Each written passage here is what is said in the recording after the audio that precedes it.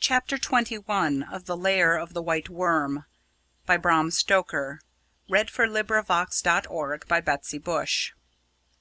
Chapter 21 Green Light. When old Mr. Salton had retired for the night, Adam and Sir Nathaniel returned to the study. Things went with great regularity at Lesser Hill, so they knew that there would be no interruption to their talk. When their cigars were lighted, Sir Nathaniel began. "I hope, Adam, that you do not think me either slack or changeable of purpose. I mean to go through this business to the bitter end, whatever it may be. Be satisfied that my first care is and shall be the protection of Mimi Watford. To that I am pledged. My dear boy, we who are interested are all in the same danger. That semi-human monster out of the pit hates and means to destroy us all. You and me certainly, and probably your uncle. I wanted especially to talk with you to-night, for I cannot help thinking that the time is fast coming, if it has not come already, when we must take your uncle into our confidence. It was one thing when fancied evils threatened, but now he is probably marked for death, and it is only right that he should know all." "I am with you, sir. Things have changed since we agreed to keep him out of the trouble. Now we dare not. Consideration for his feelings might cost his life. It is a duty, and no light or pleasant one either. I have not a shadow of doubt that he will want to be one with us in this. But remember, we are his guests. His name, his honour have to be thought of as well as his safety." "All shall be as you wish, Adam. And now as to what we are to do. We cannot murder Lady Arabella off-hand. Therefore we shall have to put things in order for the killing, and in such a way that we cannot be taxed with a crime." "It seems to me, sir, that we are in an exceedingly tight place. Our first difficulty is to know where to begin. I never thought this fighting an antediluvian monster would be such a complicated job. This one is a woman with all a woman's wit, combined with the heartlessness of a coquette. She has the strength and impregnability of a diplodocus. We may be sure that in the fight that is before us there will be no semblance of fair play. Also that our unscrupulous opponent will not betray herself." "That is so. But being feminine, she will probably overreach herself. Now, Adam, it strikes me that, as we have to protect ourselves and others against feminine nature, our strong game will be to play our masculine against her feminine. Perhaps we had better sleep on it. She is a thing of the night, and the night may give us some ideas." So they both turned in. Adam knocked at Sir Nathaniel's door in the grey of the morning, and on being bidden came into the room. He had several letters in his hand. Sir Nathaniel sat up in bed. "Well!" "I should like to read you a few letters, but of course I shall not send them unless you approve. In fact," with a smile and a blush, "there are several things which I want to do, but I hold my hand to my tongue till I have your approval." "Go on," said the other kindly. "Tell me all, and count at any rate on my sympathy, and on my approval and help if I can see my way." Accordingly, Adam proceeded.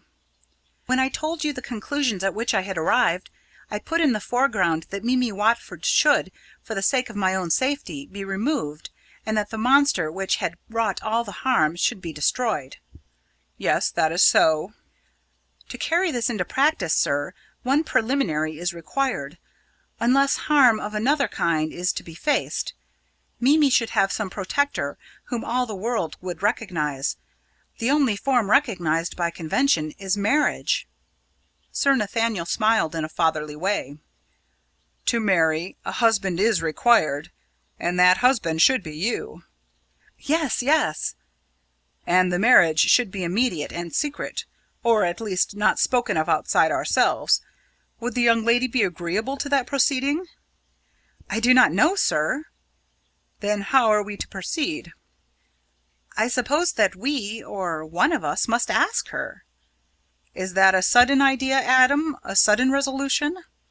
"A sudden resolution, sir, but not a sudden idea. If she agrees, all is well and good. The sequence is obvious." "And it is to be kept a secret amongst ourselves?" "I want no secret, sir, except for Mimi's good. For myself, I should like to shout it from the housetops, but we must be discreet. Untimely knowledge to our enemy might work incalculable harm." And how would you suggest, Adam, that we could combine the momentous question with secrecy?" Adam grew red and moved uneasily. "Someone must ask her as soon as possible." "And that someone?" "I thought that you, sir, would be so good." "God bless my soul! This is a new kind of duty to take on, at my time of life. Adam, I hope you know that you can count on me to help in any way I can." "I have already counted on you, sir, when I ventured to make such a suggestion. I can only ask," he added, "that you will be more than ever kind to me, to us, and look on the painful duty as a voluntary act of grace, prompted by kindness and affection." "Painful duty?" "Yes," said Adam boldly. "Painful to you, though to me it would be all joyful." "It is a strange job for an early morning. Well, we all live and learn. I suppose the sooner I go the better. You had better write a line for me to take with me. For you see, this is to be a somewhat unusual transaction, and it may be embarrassing to the lady, even to myself. So we ought to have some sort of warrant, something to show that we have been mindful of her feelings. It will not do to take acquiescence for granted, although we act for her good." "Sir Nathaniel, you are a true friend. I am sure that both Mimi and I shall be grateful to you for all our lives, however long that may be." So the two talked it over and agreed as to points to be borne in mind by the ambassador. It was striking 10 when Sir Nathaniel left the house, Adam seeing him quietly off. As the young man followed him with wistful eyes, almost jealous of the privilege which his kind deed was about to bring him, he felt that his own heart was in his friend's breast. The memory of that morning was like a dream to all those concerned in it. Sir Nathaniel had a confused recollection of detail and sequence, though the main facts stood out in his memory boldly and clearly. Adam Salton's recollection was of an illimitable weight, filled with anxiety, hope, and chagrin, all dominated by a sense of the slow passage of time and accompanied by vague fears. Mimi could not for a long time think at all, or recollect anything, except that Adam loved her and was saving her from a terrible danger. When she had time to think, later on, she wondered when she had any ignorance of the fact that Adam loved her, and that she loved him with all her heart. Everything, every recollection, however small, every feeling, seemed to fit into those elemental facts as though they had all been moulded together. The main and crowning recollection was her saying good-bye to Sir Nathaniel, and entrusting to him loving messages, straight from her heart, to Adam Salton, and of his bearing when, with an impulse which she could not check, she put her lips to his and kissed him. Later, when she was alone and had time to think, it was a passing grief to her that she would have to be silent, for a time, to Lilla on the happy events of that strange mission. She had, of course, agreed to keep all secret until Adam should give her leave to speak. The advice and assistance of Sir Nathaniel was a great help to Adam in carrying out his idea of marrying Mimi Watford without publicity. He went with him to London, and with his influence the young man obtained the licence of the Archbishop of Canterbury for a private marriage. Sir Nathaniel then persuaded old Mr. Salton to allow his nephew to spend a few weeks with him at Doom Tower, and it was here that Mimi became Adam's wife. But that was only the first step in their plans. Before going further, however, Adam took his bride off to the Isle of Man. He wished to place a stretch of sea between Mimi and the White Worm, while things matured. On their return, Sir Nathaniel met them and drove them at once to Doom, taking care to avoid anyone that he knew on the journey. Sir Nathaniel had taken care to have the doors and windows shut and locked, all but the door used for their entry. The shutters were up and the blinds down. Moreover, heavy curtains were drawn across the windows. When Adam commented on this, Sir Nathaniel said in a whisper, "Wait till we are alone, and I'll tell you why this is done. In the meantime, not a word or a sign. You will approve when we have had a talk together." They said no more on the subject till after dinner, when they were ensconced in Sir Nathaniel's study, which was on the top story. Doom Tower was a lofty structure, situated on an eminence high up in the peak. The top commanded a wide prospect, ranging from the hills above the Ribble to the near side of the Brow, which marked the northern bound of ancient Mercia. It was of the early Norman period, less than a century younger than Castra Regis.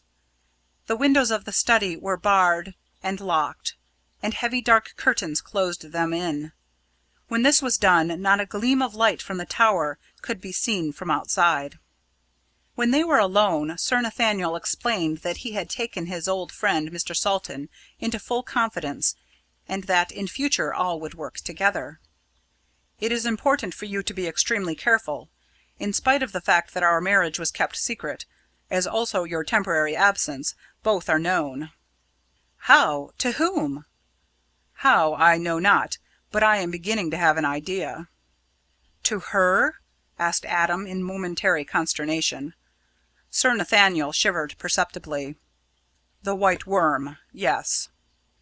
Adam noticed that from now on his friend never spoke of Lady Arabella otherwise, except when he wished to divert the suspicion of others.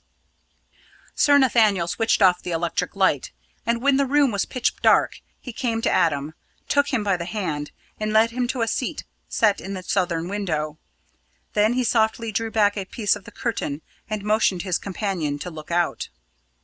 Adam did so, and immediately shrank back as though his eyes had opened on pressing danger. His companion set his mind at rest by saying in a low voice: "It is all right. You may speak, but speak low. There is no danger here at present." Adam leaned forward, taking care, however, not to press his face against the glass. What he saw would not, under ordinary circumstances, have caused concern to anybody. With his special knowledge, it was appalling, though the night was now so dark that in reality there was little to be seen. On the western side of the tower stood a grove of old trees, of forest dimensions. They were not grouped closely, but stood a little apart from each other, producing the effect of a row widely planted.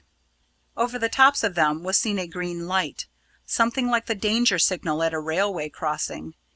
It seemed at first quite still, but presently, when Adam's eyes became accustomed to it, he could see that it moved as if trembling.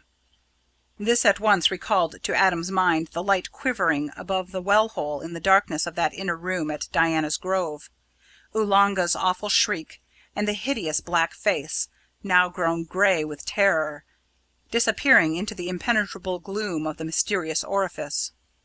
Instinctively he laid his hand on his revolver and stood up ready to protect his wife. Then, seeing that nothing happened, and that the light and all outside the tower remained the same, he softly pulled the curtain over the window. Sir Nathaniel switched on the light again, and in its comforting glow they began to talk freely. End of chapter 21. This recording is in the public domain.